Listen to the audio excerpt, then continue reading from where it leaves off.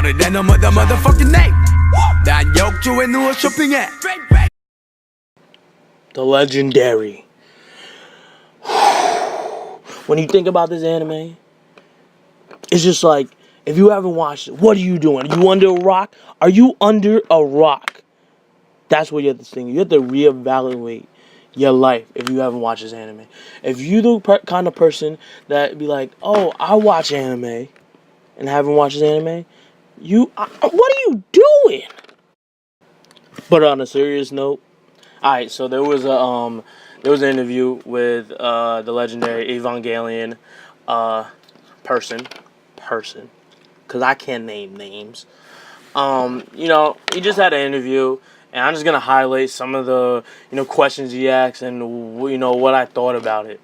And I'm gonna leave a link in the description to the interview, but I don't know. So here's the first question. After all these years working on Evangelion, how do you feel about the series? And he answered with, as any anime industry worker, for me, Evangelion has been just another job, which I would point out. And if you're making it, it would be just another job. But when you make a series like that, and it impacts so many people's lives, and watching the show when I was younger, it was the most amazing thing. It made you think about stuff. And he also continued to say, even Evangelion needs to get work apart from Evangelion, keep on going. It's a franchise. I don't really want to work on it anymore at this point, but it's an important franchise in Japan, and there are many fans, so I take it seriously. Which you should, sir. Which you should. They said, they asked him a question saying, since, Wolf Children 2012, we haven't seen you in any anime. Which we haven't. What has you been doing? What interest have you been pursuing? What have you been doing? Like, that's what they're pretty much, they want to know. They want to know what he's been doing on up in his business. But, at 50 years old, he is still developing himself in drawing. He wants to focus on the Neon Genesis. I can't speak. I can't even speak, bro. I can't even speak. I talk up my ass. They go on to say, like, they ask some questions about, what is the funding like? Well, this is what I was interested in. But they pretty much asked them, how does pretty much anime get funded? And they said, they could choose to make anime into 10, 15-minute projects. And, he said pretty much just like Evangelion, you need money for Evangelion, like, type of project. You need much more money to make that kind of funding. And he's like, what is the future of funding anime projects? And this is where it got interesting to me.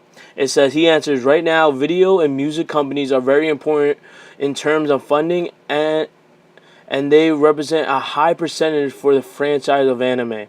But I think the future belongs to platforms like Amazon and Netflix. I've been seeing so much. I feel like Amazon and Netflix and Hulu, all these top big things, and even Crunchyroll, I feel like they could get into, producing, writing new stories, anime, and they could just take it right from and ask the mangakas, if it gets high enough, pretty much, that they should finish. They should do an anime on it, and they have the money for it. So why don't you just do it? Because at the end of the day, Netflix or Amazon, Hulu, they're gonna get the money no matter what. So I don't understand. They're just not taking any risk. They should just do it anyway. That's what he's pretty much saying, that they should take a chance on anime, and it would definitely hurt, in Japan, but it would take anime to the next level, in my opinion. It would take it to, anime is a platform on TV, because Netflix is pretty much the new TV. If you haven't noticed that more people and more people watch Netflix and Hulu, all this stuff. Nobody watches TV anymore.